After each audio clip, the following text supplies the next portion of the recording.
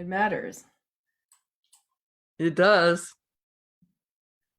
Okay, I do believe we are live. We're live. Hello, everybody. Welcome to today's panel discussion from Conversations Under the Bus. I am joined, as usual, by my superheroes, Christy Benson, Emily Priestley, and Lisa Skavinsky. And today's topic is one that just before we were sort of, doing an initial sort of meeting, before this, we were all talking about, boy, this is a topic that, it's touchy, but it needs to be talked about. And sort of, and some of the sort of discomfort about, oh, should I say this? Should I say that? Is part of the whole reason we need to have this discussion, that, the fear of talking about this. And so the topic is misogyny and applied dog behavior.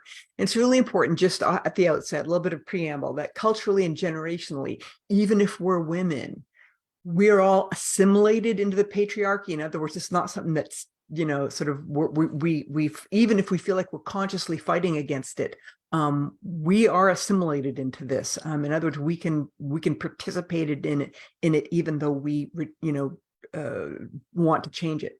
And this is why we have chosen deliberately to have an all-female panel for Conversations from Under the Bus.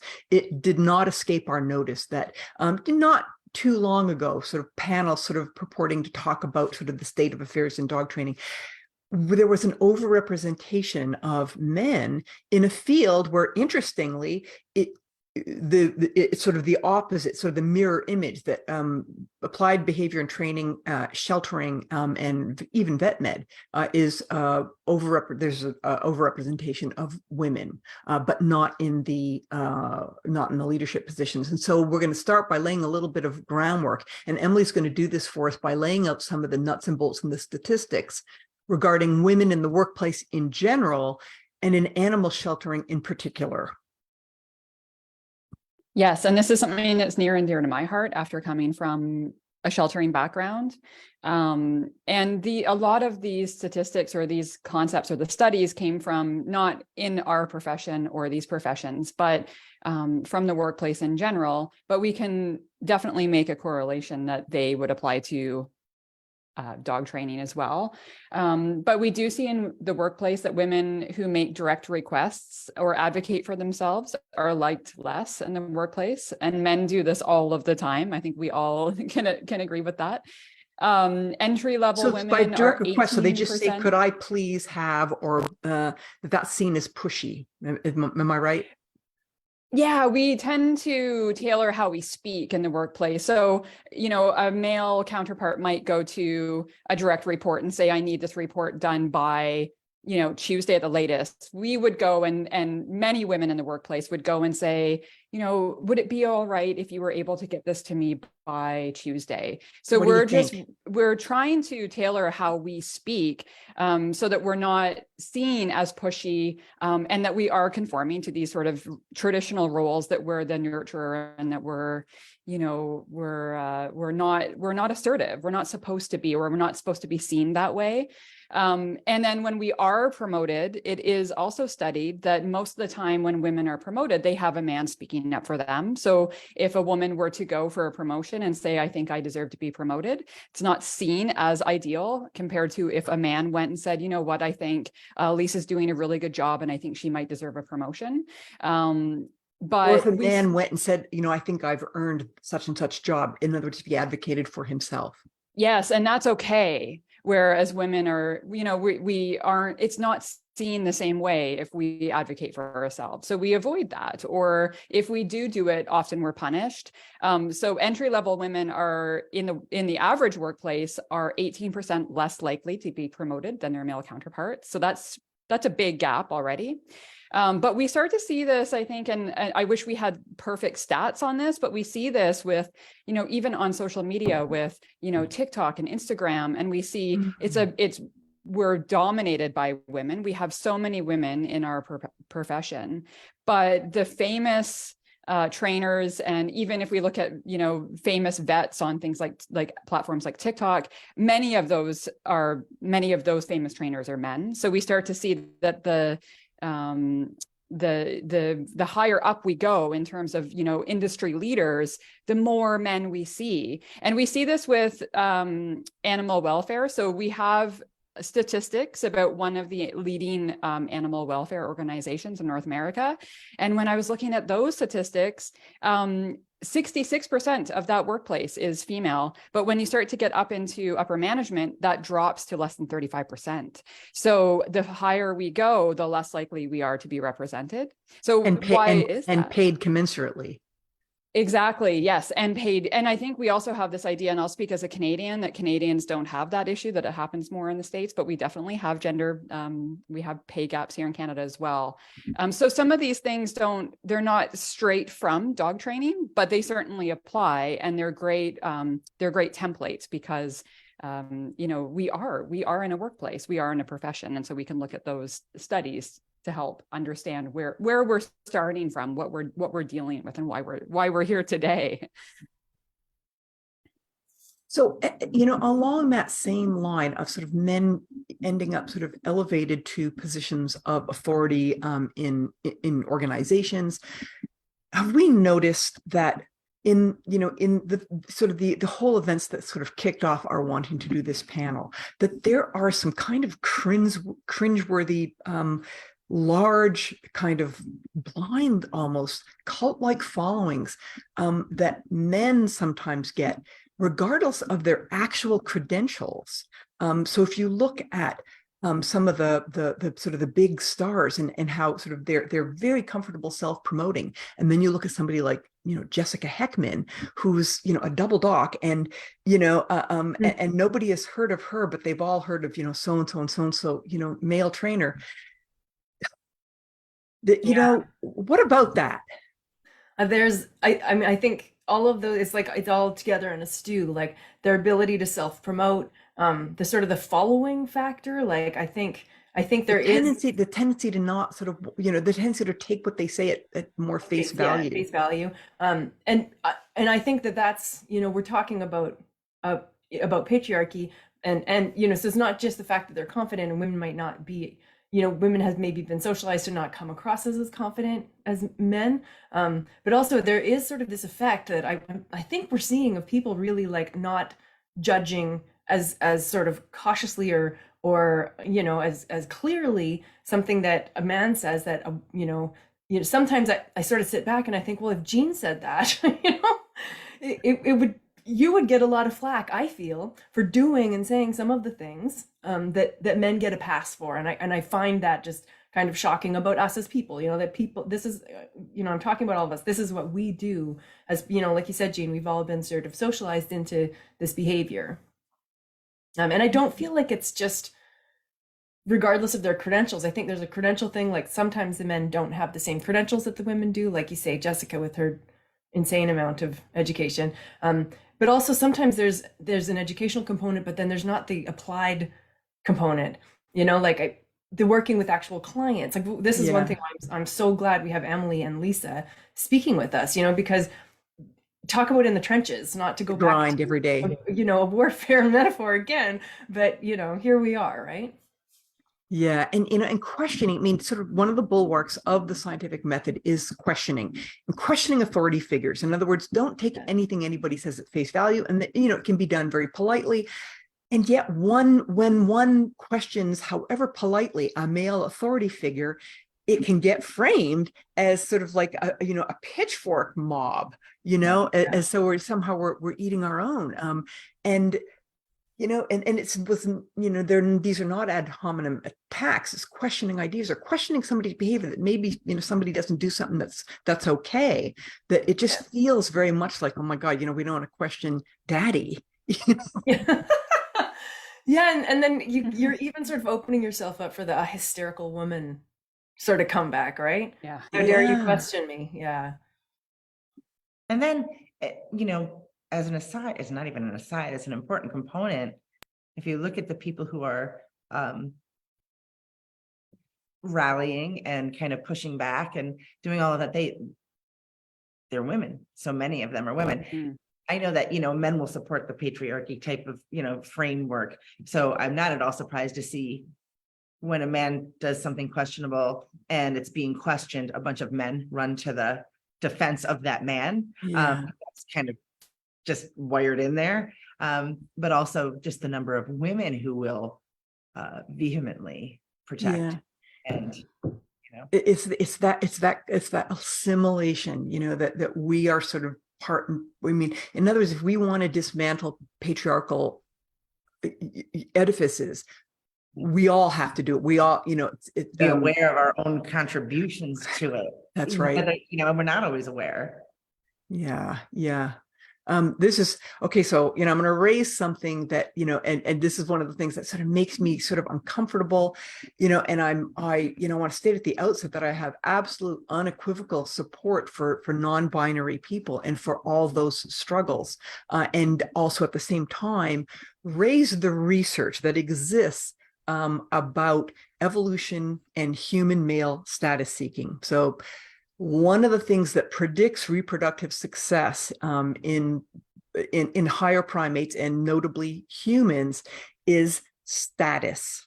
And sometimes I wonder if, women were busy kind of doing the work, and men, they may, or of course, they're going to, do the work too, hopefully, but that they have a more naked drive to, be famous, to be an authority, to be seen, to be, I have lectured everywhere, I am this, I am well regarded, and sort of lead with that rather than lead with ideas or the work or to do the work. And that there's this, that if this programming does exist, and science tells us that this does exist, that is that partly what accounts for this? Is it, in other words, is it entirely that we are, we don't want to make waves, but is also partly that we're just busy doing the work because we don't have the drive for status? Wow, that's a big question, right? It's like, if status comes, is it, it's sort of, accidental rather than sought? Sometimes probably, I think there's definitely some exceptions to the rule. But I am looking, when I look at the pioneers of applied dog behavior, where I look at the people who have really kind of, it's Karen Pryor, and then even people outside of the field of dogs, specifically like Susan Friedman. These are all people who the work put in is just immeasurable amounts of work. It's absolutely phenomenal. And then you see so many of the people that are we have the dog whisperer. Yeah. And that's where all the fame comes, and that's where all the money comes, and that's where all the support comes, and that's the entertainment value and all of that. But I just think it's kind of I think you're right. I think there's mostly the hard work being done, which, by the way, so many of us, us included, but they're basically regurgitating work that you guys have started. And I know there's also men that help to lay the groundwork and build this industry, putting good information out there. But the big names that I see, they're not graduate degrees. They're not, huge academic backgrounds. Or even a really good broad experiential resume. Right. Yeah. It's just really good at regurgitating information. Yeah. And just be, and just sort of slipping readily into the role of authority.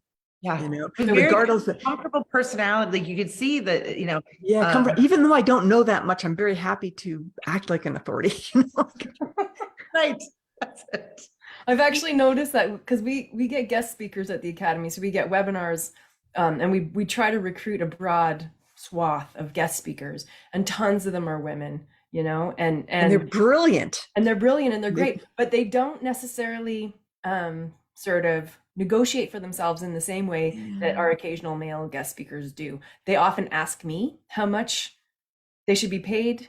So they and they sort of, they're very, but I mean, I personally like that. And Jean, you insist on us paying a fair wage.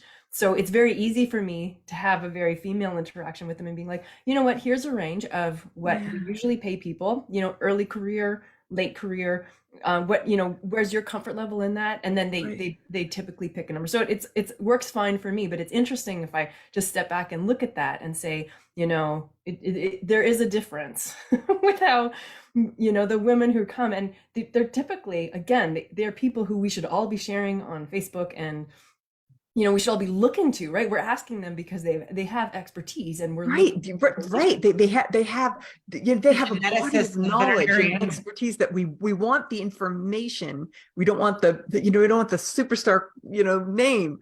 But Christy, even then, while you're on this, could you talk a little bit about self-anthropologizing? And sort of, this is something that might behoove sometimes some men to do. Yeah, I think being, as a white person who's done a lot of work in Indigenous spaces, I've had to do a lot of looking at myself, and it's something I've been given a lot of good coaching notes about my own behavior and my own thinking. Is it sort of like, is it being really super aware of one's own biases? Yeah, and how you're acting, and sort of how that's going to come across, and the fact you're acting, how it's going to come across. Yeah, and it's really not okay. I think one of the things that I've sort of come to learn is that it's not okay for me to be like, you white people have to stop doing this because I'm white, and I can't be judging people, right, because I'm doing the same things, right? And so it's just like, it's this constant effort for me to become a better sort of person as I work, in these spaces. And I think that one of the things that, when you start talking about misogyny, you get a lot of pushback from men in the form of not all men, or not me. I'm not. Yeah. Yeah. And I think it would be much more useful for men to go like, okay, well, I probably do that. So recently I was having a conversation with someone who was another researcher in my field of anthropology. And he talked very comfortably about toxic masculinity. He said something which could be read as toxic masculinity. And he's like, oh, okay, I didn't mean that in the toxic masculinity sense. What I meant, but he was just so comfortable talking about it as something that he would do, and that he had fluency.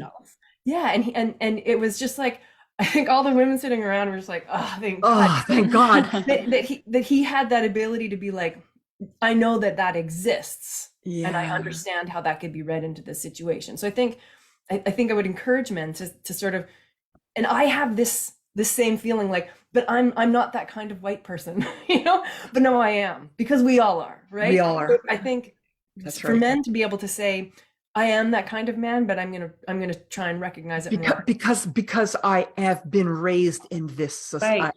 Right. That it's not necessarily somebody making, I mean, certainly not in all circumstances, people making intentionally awful choices. Right. It's a system. That's right. Yet so important that it's not somebody waking up in the morning and saying, you know what? Yeah. I've also strangely had pushback from women as well. Like, I've posted quite a bit. I'm pretty open on social media about these topics. And often when I post about it, I'll have women who push back and say, it's not all men. Women do this too. Women are, and I know that. And I think that's part of this, maybe it's systemic, right? It's very undermining. Doesn't it feel like all lives matter?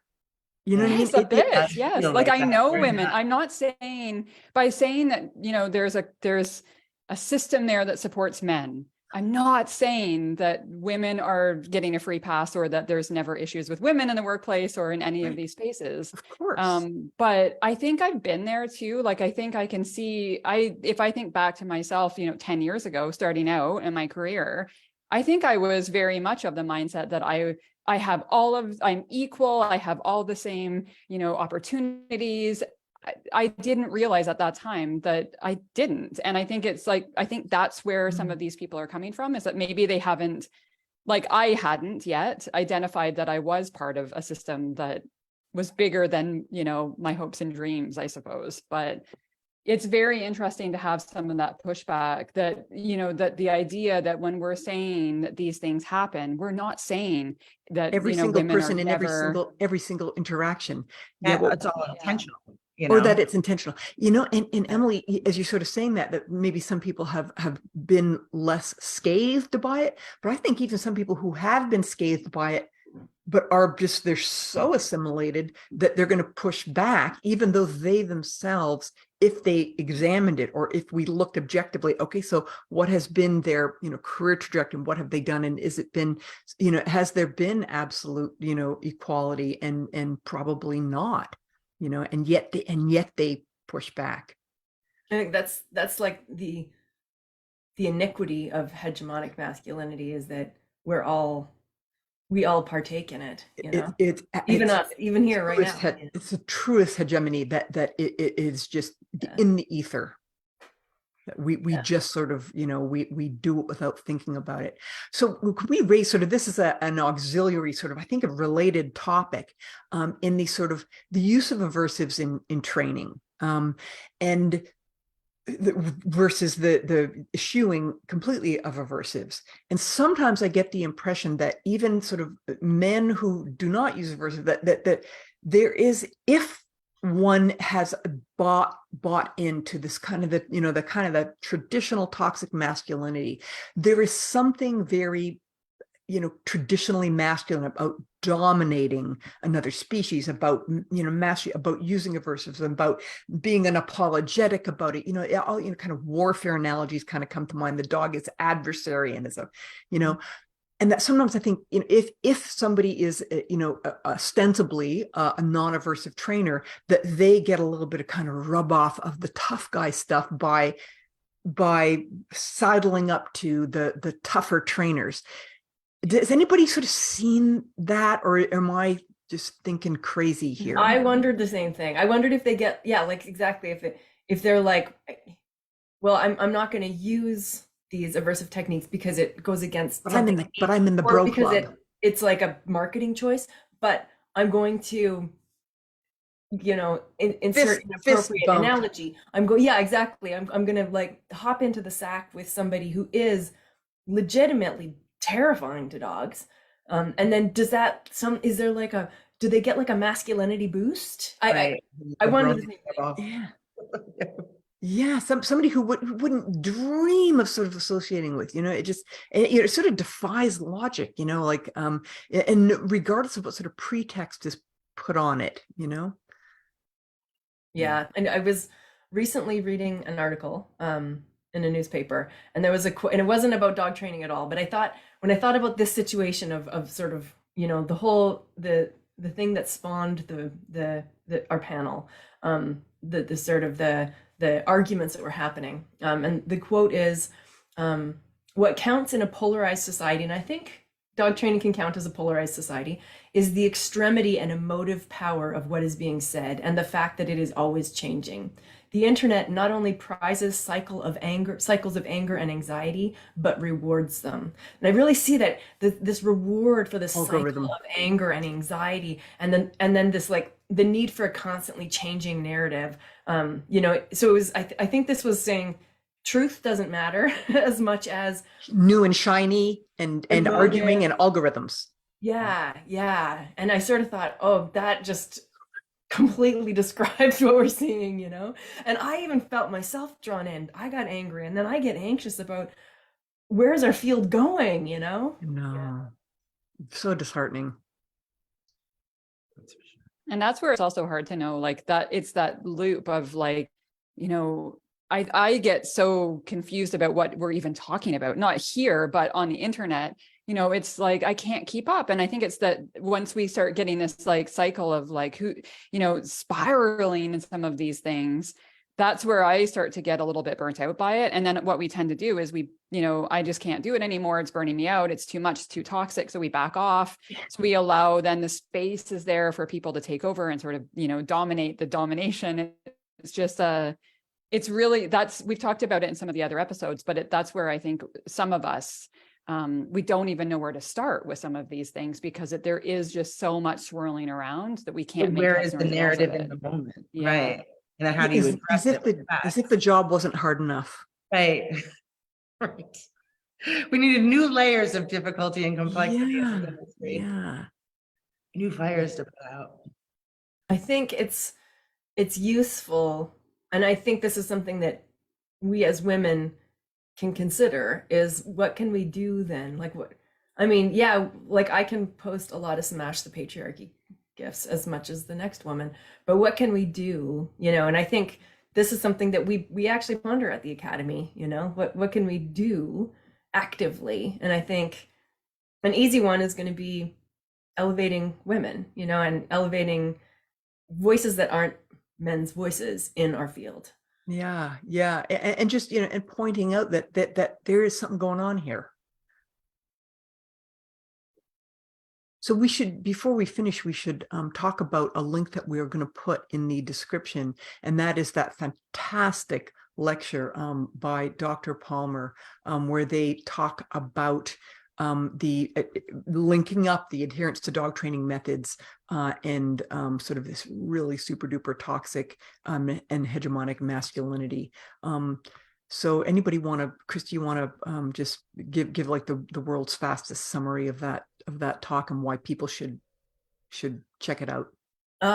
It was I think it was, the talk It's was free. summary. It's free. It's on YouTube. And I think it was a summary of a couple different research studies that were like social psychology, and just about the links between people's adherence to hegemonic masculinity and then their, but it was either aversive use or their sort of orientation towards dominance theory in dogs. I don't have that at the tip of my tongue, but it was fascinating, and I felt it really set the stage for this conversation, I thought. Yeah, just fantastic and so timely, that this is there, and that there's somebody, with those kinds of research chops, looking into that kind of question. It really is kind of a salve for the kind of the day-to-day grind. And as Lisa was pointing out, this is a complex job, undervalued, underpaid, performed in a philosophical war zone complex with high emotions and people, dogs at risk and public safety implications. And on top of that, it's completely unregulated. And on top of that, there's massive infighting. And on top of that, if we dare to sort of, say, hey, wait a second, maybe this is not okay, we're accused of being, a pitchfork mob. And on top of that, there's misogyny. It's like, so we're all just going to go to bed. Yeah, I need a nap or a drink. Any final thoughts, anybody? I'm looking forward also to seeing the comments on this one. Well, thank you, my female superheroes, for doing the work every day, for being out there, and for coming on here and saying it like it is. Well, thank you for using your platform to elevate this conversation, because of course. Bye, everybody. Bye. Bye. Bye.